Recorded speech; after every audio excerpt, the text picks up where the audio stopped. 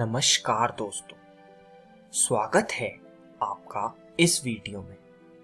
आज हम पढ़ेंगे प्रायिकता भाग 6। तो चलिए शुरू करते हैं। इस वीडियो में हम पढ़ेंगे प्रायिकता की अभिग्रहितीय दृष्टिकोण तथा घटना की प्रायिकता। सबसे पहले हम पढ़ते हैं प्रायिकता की अभिग्रहितीय दृष्टिकोण यानी एक्सियोमैटिक अप्रोच टू प्रोबेबिलिटी। दोस्तों, प्रायिकता सिद्धांत किसी घटना के घटित होने या न होने की संभावना को एक माप देने का प्रयास है, जैसा कि हम लोग सब जानते हैं। किसी घटना की प्रायिकता ज्ञात करने की एक और विधि अभिग्रहितीय दृष्टिकोण यानी एक्सियोमैटिक अप्रोच है। इसके बारे में जानते हैं। इस तरीके में प्रायिकताएं निर्धारित करने के लिए अभिग्रहितीय या नियमों को वर्णित यानी डिपिक्ट किया गया है। मान लें किसी यादृच्छिक परीक्षण, जो हमने पढ़ा था कि रैंडम एक्सपेरिमेंट का प्रतिदर्श समष्टि यानी सैंपल स्पेस S है, तो प्रायिकता P एक वास्तविक मानीय फलन, इसे बहुत ध्यान से समझिए कि किसी प्रोबेबिलिटी P का एक रियल वैल्यूड फंक्शन, जिसे हम हिंदी में वास्तविक मानीय फलन कहते हैं, जिसका प्रांत यानी डोमेन S का घात समुच्चय यानी पावर सेट है। तो एक प्रोबेबिलिटी जो कि एक रियल वैल्यूड फंक्शन है जिसका डोमेन S उस डोमेन का पावर सेट है और परिसर अंतराल यानी रेंज 0 से 1 के बीच में है, मतलब उसकी वैल्यूज 0 और 1 के बीच में ही होगी, उस प्रोबेबिलिटी जो हमने P के माध्यम से डिपिक्ट किया है। तो निम्नलिखित अभिग्रहितियों को संतुष्ट करता है। किसी घटना E के लिए प्रोबेबिलिटी E हमेशा ग्रेटर देन इक्वल टू 0 होगा। ये मैंने आपको पहले भी बताया था। हमेशा प्रोबेबिलिटी 0 से 1 के बीच में होती है। यदि वह 0 तो वह असंभव परीक्षण को दर्शाती है।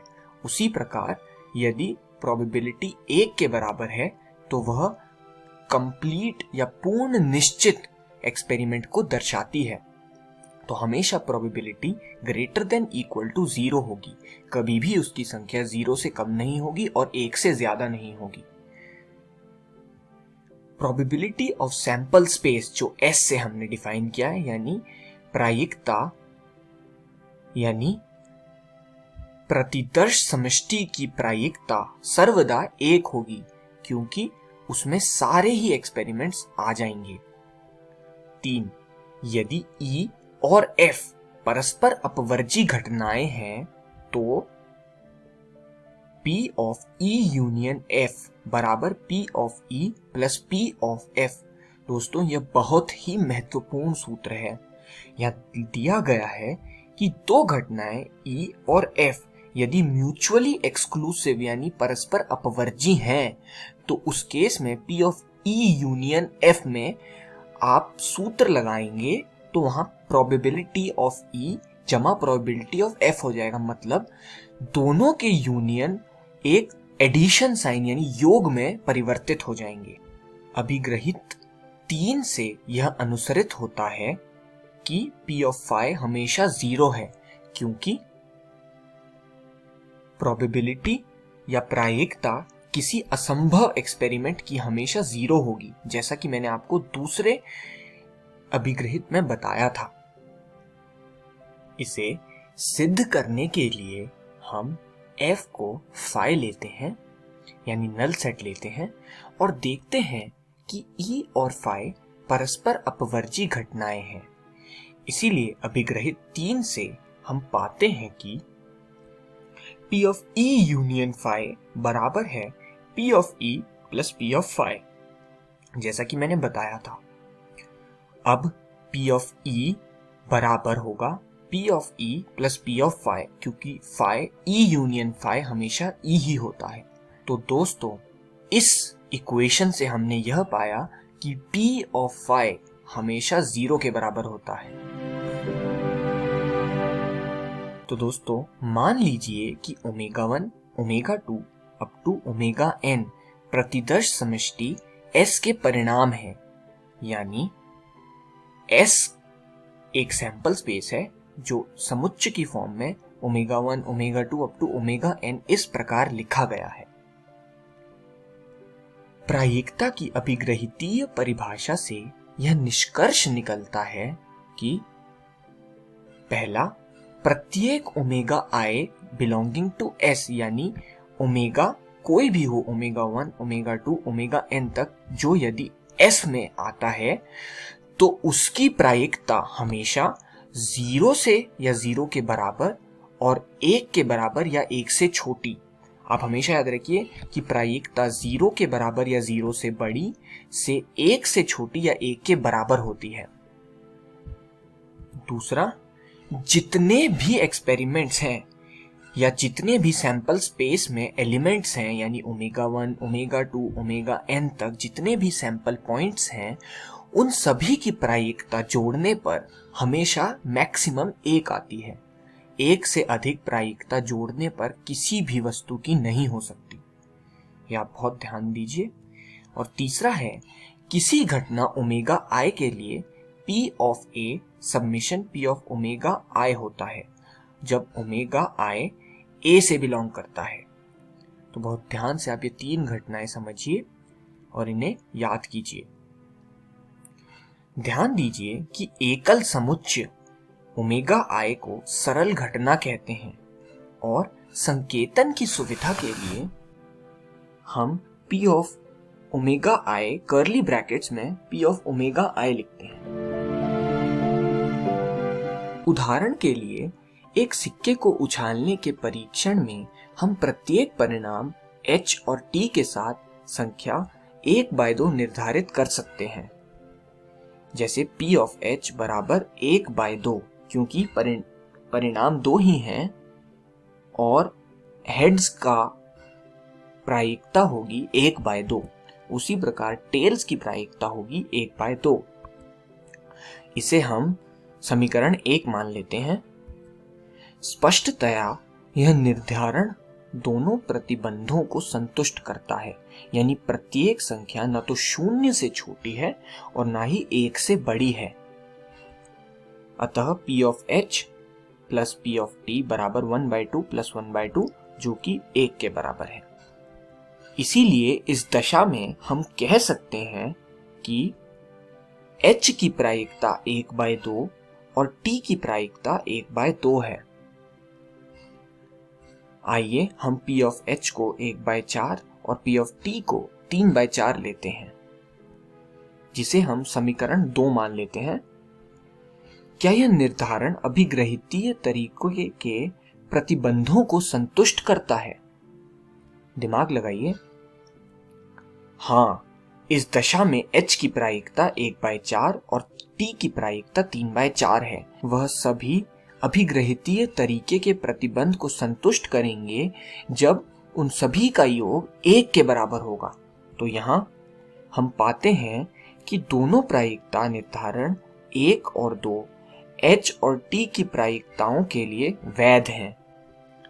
वास्तव में दोनों परिणामों h तथा t की प्रायिकताओं के लिए संख्याएं क्रमशः p तथा 1 - p निर्धारित कर सकते हैं, जबकि 0 <= p <= 1 और P of h plus P of t बराबर p प्लस 1 - p, तो p और p कट गए जो कि 1 आया।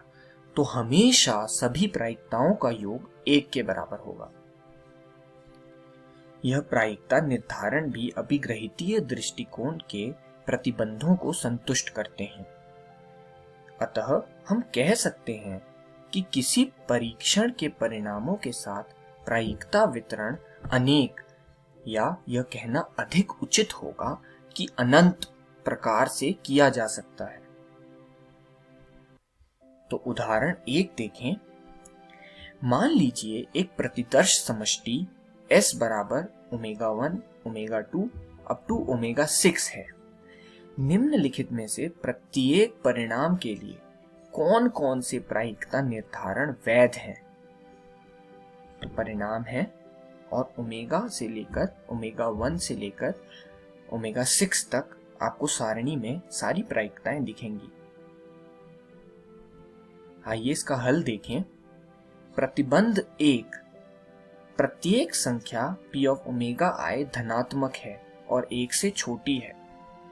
प्रतिबंध 2, प्रायिकताओं का योग 1/6 प्लस 1/6 प्लस 1/6 अप टू 1 तक है। प्रतिबंध 1, प्रत्येक संख्या P ऑफ ओमेगा i या तो 0 है या 1 है। और प्रतिबंध 2, प्रायिकताओं का योग 1 प्लस 0 प्लस 0 प्लस 0 प्लस 0 जो कि 1 के बराबर है।